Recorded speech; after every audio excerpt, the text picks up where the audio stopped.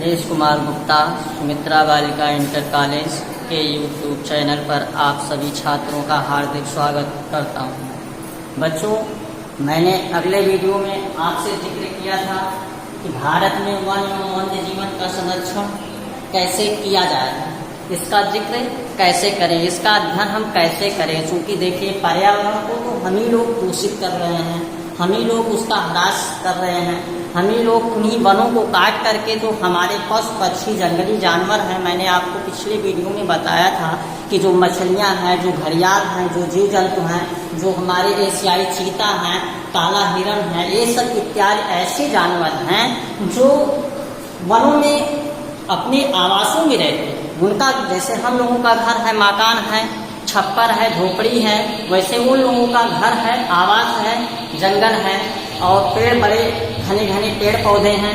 लेकिन उनका हम क्या कर रहे हैं? उनको हम ह्रास पहुंचा रहे हैं, उनको हम नुकसान पहुंचा रहे हैं। बड़े बड़े पेड़ पौधों को काट करके, जंगली जानवरों के आवासों को नष्ट करके खेती कर रहे हैं। बड़े बड़े पर्वतों को काट दिया जा रहा है, बांधों को काट दिया जा रहा है, जहाँ पे उनके आवास हैं उनको नष्ट कर दिया जा रहा है। तो ऐसी स्थिति में जो हमारे वन जीव संरक्षण है, उनका संरक्षण हम नहीं कर पा रहे हैं। जबकि केंद्र सरकार ने और राज्य सरकार ने इन्हीं भारत में वन्य जीवन संरक्षण के लिए अनेक नियम और ऐसे कानून को लागू किया, लेकिन हम ही लोग हैं, इन्हीं प्रक्रियाओं को लोग व्यापार की दृष्टि से देखते हैं। जंगली जानवरों का लोग शिकार करके उनके खालों का व्यापार करते हैं, उनके हड्डियों का व्यापार करते हैं, वो चोरी करते हैं। ऐसा करने से हमारे जो देश में, भारत में वन्य जीव हैं, उनका संरक्षण हम नहीं कर सकते हैं। अतः हम कह सकते हैं कि हम ही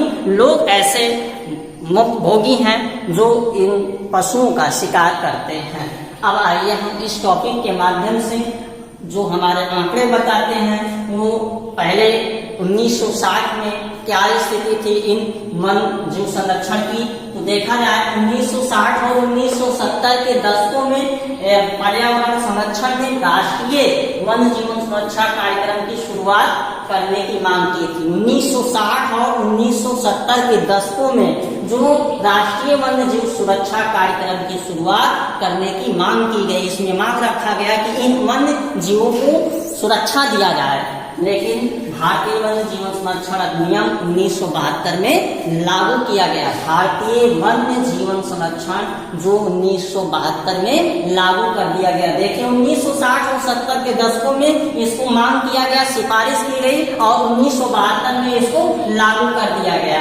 जिसमें वन्य जीवों के आवास रक्षण के कई प्रावधान रखे गए, कई नियम कानून रखे गए। संपूर्ण भारत में रक्षित जातियों की सूची प्रकाशित करके संकटग्रस्त जातियों या संकटग्रस्त प्रजातियों के बचाव और शिकार प्रतिबंधन पर वन्य जीव आवासों का कानूनी रक्षण तथा जंगली जीवों की व्यापार पर रोक लगाने की सिफारिश की गई कि ऐसे लोगों को, जो व्यक्ति ऐसा करता हुआ पाया जाता है, उसके खिलाफ केंद्र सरकार और राज्य सरकार मिल करके कड़ी से कड़ी कार्रवाई की जाए।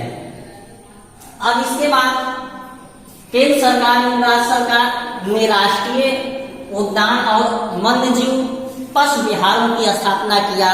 ये जो जंगलों में आवासों की प्रवृत्ति को रखा गया है, तो राज्य सरकार और केंद्र सरकार ने मिलकर के राष्ट्रीय उद्यान और वन्य जीव पशु विहारों की स्थापना कर दिया, क्योंकि इनके आवासों को सुरक्षित रखा जाए, इनको संजोग करके रखा जाए। ये ऐसे पशु पक्षी नष्ट होते चले जाएंगे, ऐसे जीव जंतु नष्ट होते चले जाएंगे।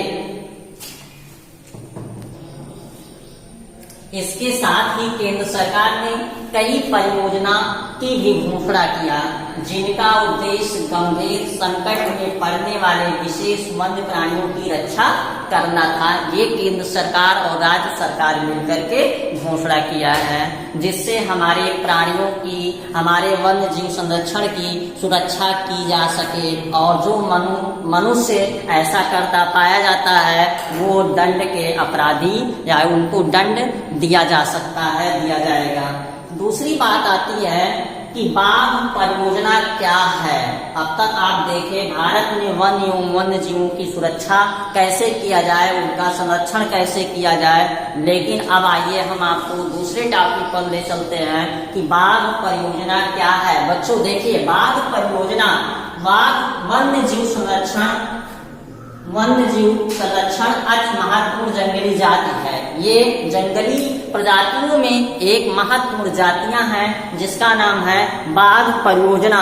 ये 1973 में अधिकारियों ने पाया कि देश में 20वीं सदी के उपरांत में बाघों की अनुमानित संख्या 5500 से घटकर मात्र ये 1827 रह गई। सोचिए आप, 1973 में 5500 से घटकर भारत में 1827 रह गई। इतनी कमी आई और बाघों को मारकर उनके व्यापार के लिए उनको चोरी करना, आवासीय स्थलों का कम होना और जनसंख्या में वृद्धि बाघों की घटती संख्या के मुख्य कारण थे। देखिए, जो हमारे पशु थे, बाघों की संख्या में कमी जो आई, 1973 के आंकड़े बताते हैं कि इन बाघों की संख्या 5500 थी, लेकिन अचानक ऐसी स्थिति आई, लोग चोरी करने लगे, उन बाघों का शिकार करके उनके हड्डियों और खालों को व्यापार करने लगे, तो यह संख्या 1827 रह गई। सोच लीजिए, 1973 में यह 5500 थी। लोगों ने या हम ही आपने इन बाघों का शिकार किया, इन बाघों का व्यापार किया और आज ऐसी स्थिति आ गई है कि अब ये बाघ परियोजना एक महत्वपूर्ण घटक के रूप में उभरा है। बाघों की संरक्षण के लिए प्रोजेक्ट टाइगर की शुरुआत अप्रैल 1973 में की गई थी। जो प्रोजेक्ट टाइगर था, इसकी शुरुआत जो है 1973 में किया गया बाघों का संरक्षण के लिए, और 1985 में ये बाघ 4002 और सन 1989 में यह संख्या 4334 तक पहुंची। समय देखा जाए कि जब 1985 में बाघों की संख्या 4002 थी और जब 1989 में देखें या 4 साल बाद यह संख्या 4334 हो गई। लेकिन अचानक क्या हुआ, 1993 में संख्या घट करके अचानक ये 3600 तक पहुंच गई ये बाघों की संख्या। तो इसे बाघ परियोजना की दृष्टि से एक महत्वपूर्ण कार्य केंद्र सरकार ने किया।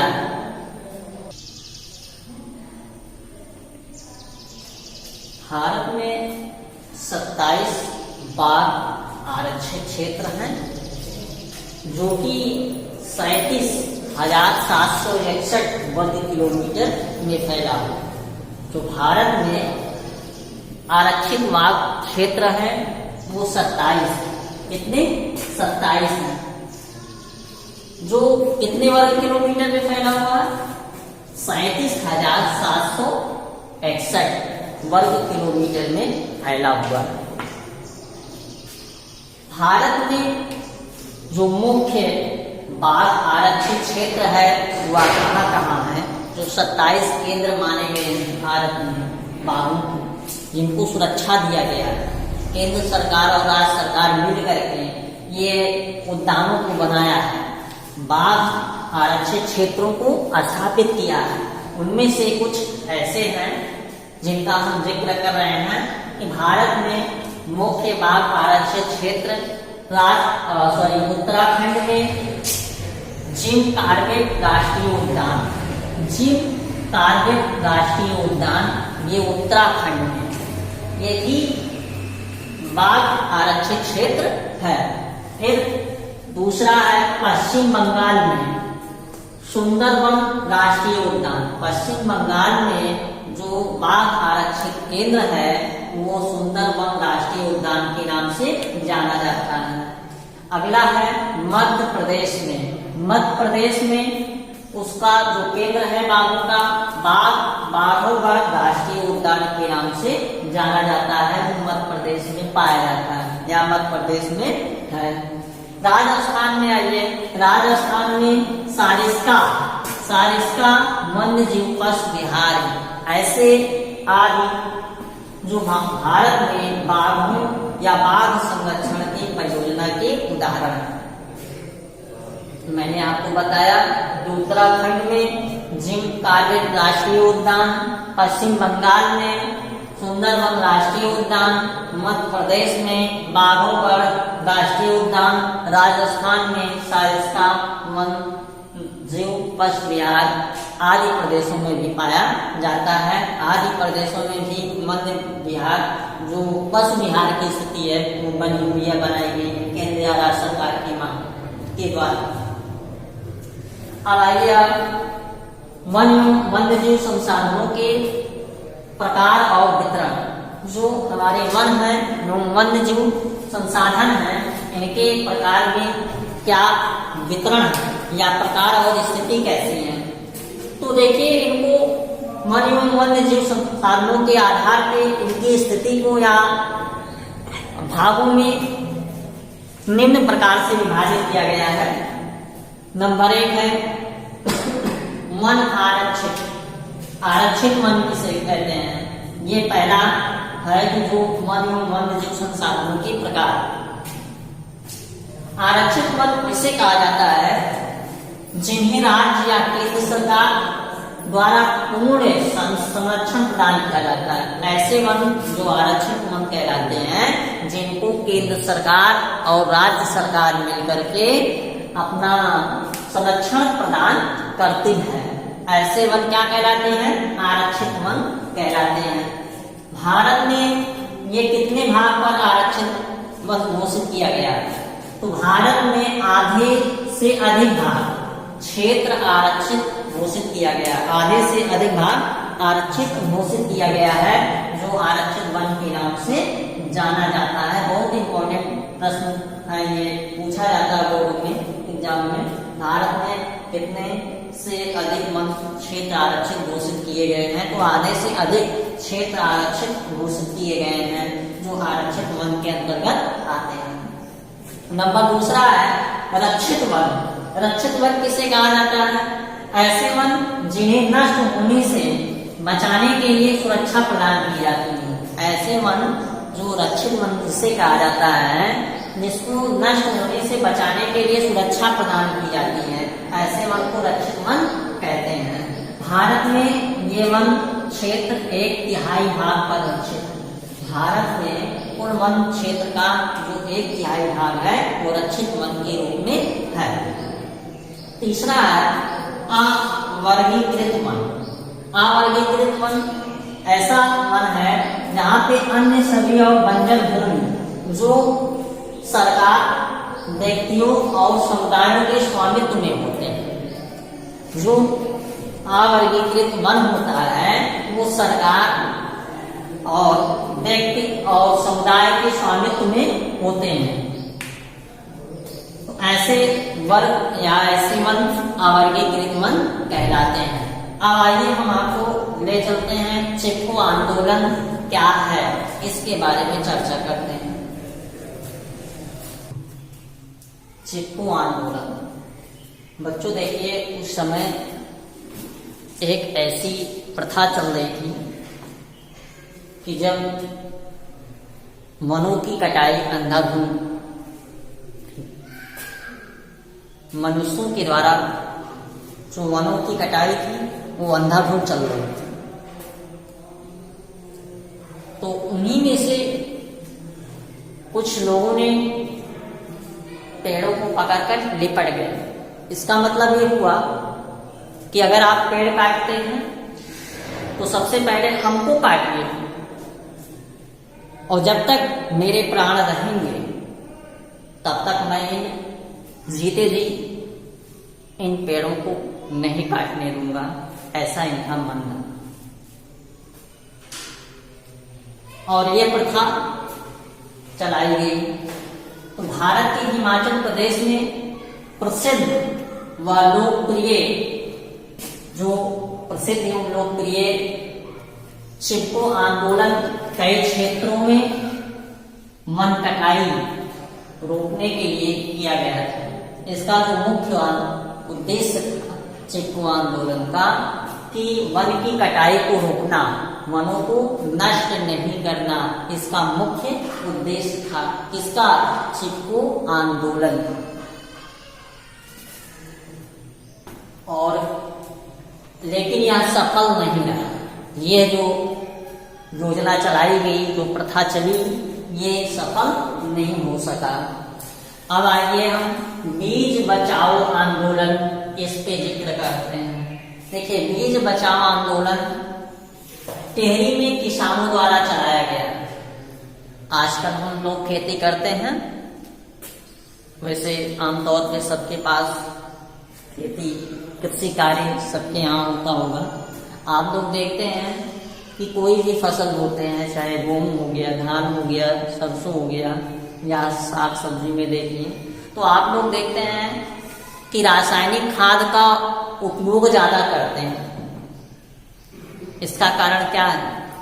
रासायनिक खादों का उपयोग अधिक से अधिक करते हैं तो लोग इससे ज्यादा बीमारियों का आवागमन और ज्यादा हो जाता है, क्योंकि जितने भी रासायनिक खाद से, चाहे सब्जियां हो, चाहे अनाज हो, चाहे फल हो, अगर वो पैदा किए जाते हैं, उनमें रासायनिक खादों की मात्रा अधिक से अधिक, कीटनाशकों की मात्रा अधिक से अधिक बढ़ाई जाती है, उतना ही हमारे स्वास्थ्य पर उसका प्रभाव पड़ता है। लेकिन हम लोग अपने इन अनाजों को बढ़ाने के लिए, इन अनाजों की मात्रा या क्वांटिटी को बढ़ाने के लिए हम अधिक से अधिक रासायनिक खादों का उपयोग करते हैं। पहले क्या होता था कि आज के 10 साल 15 साल पहले गांव में देसी खाद बनाई जाती थी। गाय बैल सबके यहाँ जानवर पाले जाते थे, उसके गोबर से खादें बनाई जाती थी और वो कृषि कार्यों के लिए उपयोग किया जाता था। और कोई भी साग सब्जियां होती थी या फसलें या अनाजें होती थी, तो उसको खाने से मनुष्य के अंदर जो बीमारियां तमाम प्रकार की पैदा हो रही हैं आज के युग में, ये पहले नहीं होता था। लेकिन आज क्या है, धान बैठाए नहीं तो उनमें से देश भर की दवा छोड़ना शुरू हो गई, उसमें रासायनिक खादें छोड़ना शुरू हो गया, और ऐसे ऐसे रासायनिक खाद, ऐसे ऐसे कीट पतंगों की दवा हम छोड़ना शुरू कर देते हैं, जिससे हमारे, देखिए, वृद्धि तो होगी, उत्पादन क्षमता बढ़ेगी, लेकिन वह उत्पादन क्षमता बढ़ने के साथ साथ हमारे स्वास्थ्य पर भी बुरा असर पड़ेगा। उत्पादन क्षमता तो बढ़ जाएगी, क्योंकि नई तकनीकी कृषि जो नई तकनीकी के माध्यम से कृषि की जा रही है तो सफल तो है, लेकिन हमारे स्वास्थ्य पर उसका बुरा असर पड़ रहा है। तो उसी के प्रवृत्ति में ये टिहरी में किसानों द्वारा चलाया गया यह आंदोलन, बीज बचाओ आंदोलन, और नवोदय ने यह प्रदर्शित किया कि रासायनिक उर्वरकों का प्रयोग के बिना भी विविध प्रकार की फसलों का उत्पादन आर्थिक रूप से कृषि उत्पादन में कामगार सिद्ध हो सकता है या कृषि उत्पादन किया जा सकता है। इस तरह से हमको ऐसा करना चाहिए कि कृषि कार्य हेतु हमको देसी खादों का उपयोग करना चाहिए, बल्कि रासायनिक खादों का उपयोग कम करना चाहिए। कीटनाशकों की दवा को कम उपयोग में लाना चाहिए, जिससे हमारे स्वास्थ्य पर कम प्रभाव पड़ सके, हमारा स्वास्थ्य अच्छी तरीके से ठीक हो रहे। ये ऐसा करना चाहिए। देखिए बच्चों, आज तक आपने पढ़ा कि चिपको आंदोलन, बीज बचाओ आंदोलन, वन संरक्षण, वन और जीव संसाधन क्या है, इन सब प्रक्रियाओं के पढ़ने के बाद हम यह निष्कर्ष पर पहुंचते हैं कि भारत में जो पर्यावरण है कि विनाश और पुनर्निर्माण की क्रियाशीलता से सीख मिलती है कि स्थानीय समुदायों को प्रत्येक जगह प्राकृतिक संसाधन प्रबंधन में शामिल करना चाहिए, ऐसा हमारा मानना है। अब आइए हम आपको प्रश्न लिखते हैं, जो प्रश्न आपको करने हैं।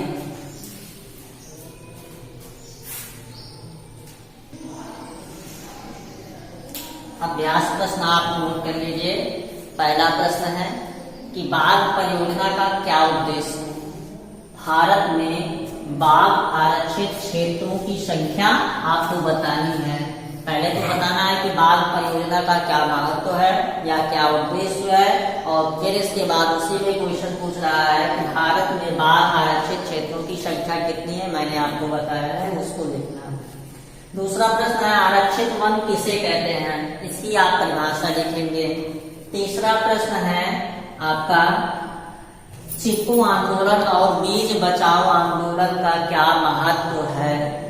चौथा है भारतीय वन्यजीव अधिनियम 1972 को स्पष्ट कीजिए। ये 4 प्रश्नों के उत्तर आप अपने नोट्स में लिख लीजिएगा, और मेरे इस लेक्चर के द्वारा और किताब के ज्ञान के द्वारा आप नोट्स तैयार करिए। और अगले वीडियो में हम आपको अध्याय 3 जल संसाधन